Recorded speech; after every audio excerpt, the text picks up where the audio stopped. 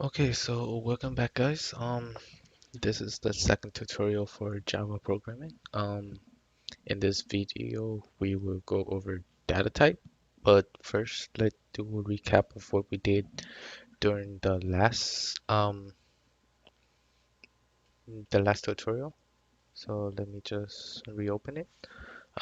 We learned about what variables are and how they make our life simpler and why we use them. So we don't have to go into the code and manually just change every single values to what we want it to be. And I talked a little about data types, which are these ints right here, and probably this string right here. String in Java isn't a primitive data type, and strings are just basically a collection of characters. Uh, this is what I mean by a string. So let's get into the data type tutorial. So um, if you haven't already, let's make a new project. So new project and make sure you're running the correct version of Java. Next, next, and just enter your name. So, well, your project name, not your name. So tutorial 2 for me. You can name it whatever you want. And then click finish. For me, I'll click cancel because I already have a tutorial 2 already made um, in my Z drive and tutorial 2. And you see something like this pop up. Just click this window. So let's make a new Java class and I'm gonna name it main. And let's make our main method.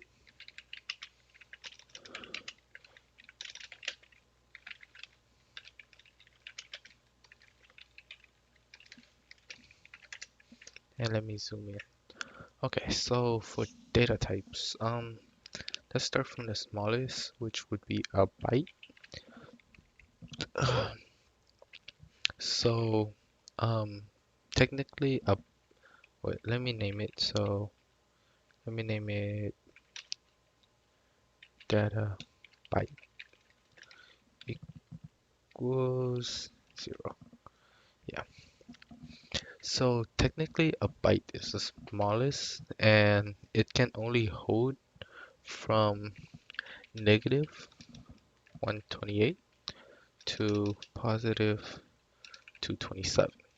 So let's say I go beneath negative 128 to negative 129.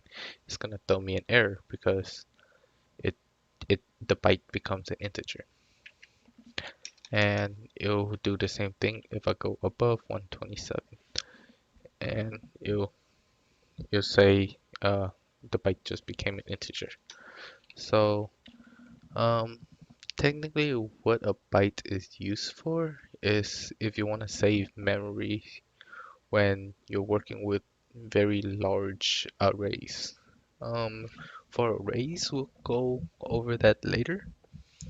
Um, it just help limits the amount of memory that you want to use, I guess. And then the next one would be let me keep that up for you.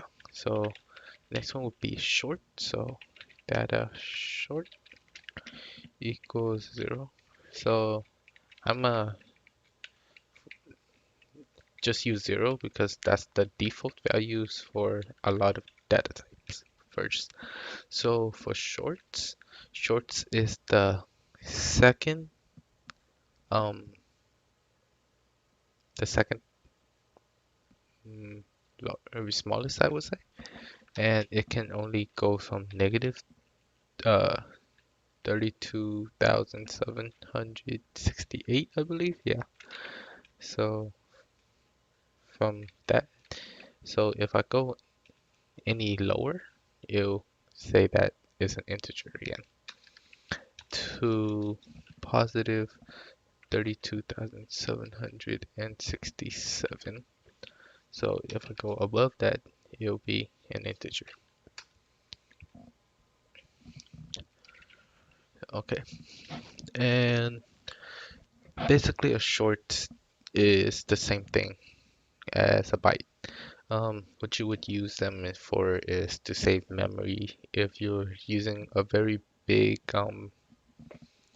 a very large amount, a large amount uh, array, and that's gonna leave us to int.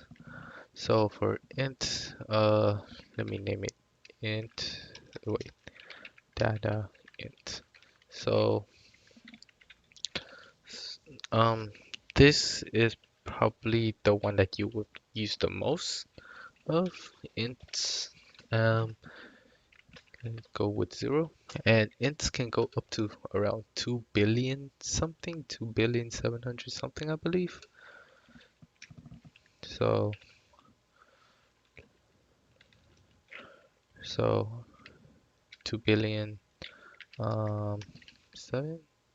Yeah, that'll be too big for it. 3? No, I'll just say 2 billion because I don't think ever get this high when working with uh integers. Mm, and it'll also go down to that amount. So integers are basically whole numbers, the same with byte and short. So if I put a decimal in here, it basically just counts it as a double. So you can't do that. And um, if you're wondering if it's because I went over the limit, no, it still counts as a double. The same thing with shorts, it's just whole numbers. 32.3, it'll count as a double. And the same thing for ints. So just whole numbers for these. And then two doubles. So data double, and they put 0, 0.0 D. So the D is to define it as a double. In Java, it does it already for you. So I can just leave it as 0.0 or 0.0 D. Um, the The D is to help you if you're working with both double and float and you don't want to get mixed up. So uh, for double, it can go down and up pretty high. Um, I'm not sure the exact amount or the range of the amount. So let me just put in like a few numbers. So this is like 3 billion, I think. So anything, wow. So it can go pretty high, so 9 billion, and it can go down pretty low also. Uh, and then for float, so data float equals, and float is basically the same thing. It can go up and down pretty high and pretty low. So let's say f. So this f right here is to define this. Let me just put a decimal in there to say that double and float is actually decimalable numbers. So as you can see, that float are extremely big. So yeah, their sizes can get in incredible. And what else was there? There's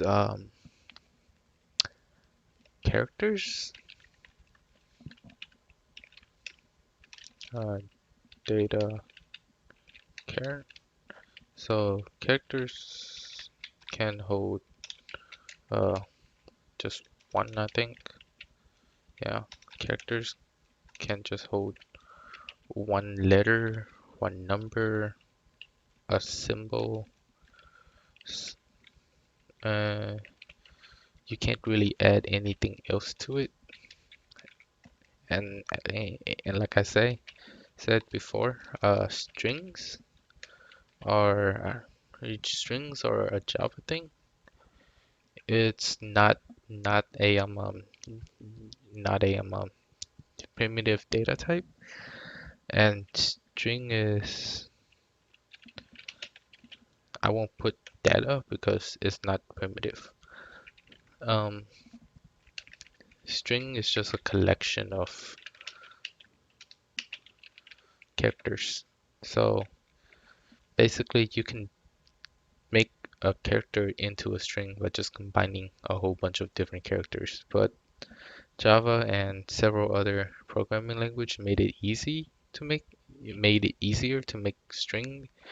make sentences and stuff like that by just e- e- integrating a string into it. And then the Boolean and Boolean, and that can either take a true or a false. If I can spell false, false. There we go. So a Boolean is just a yes or no, a one or zero. Um, if I try to put anything else in there, like a string, it'll throw me an error. If I try to put a number in there, it'll throw me an error. So it's only just true or false. So why are these important? So let me just split this up, move this. So let's say you want to save memory. You would use either a byte or a short. If you know you're gonna use a very small number or just a slightly smaller number than an int. Well, not slightly, but you know what I mean. Um, and for an int is where you just want to define a number, a big number per se. You can use it with a smaller number, but just know that int can get extremely big, and if you mess up somewhere, you can potentially crash. And yeah, same thing with double. You can use it for either small or extremely big numbers, and same thing for float.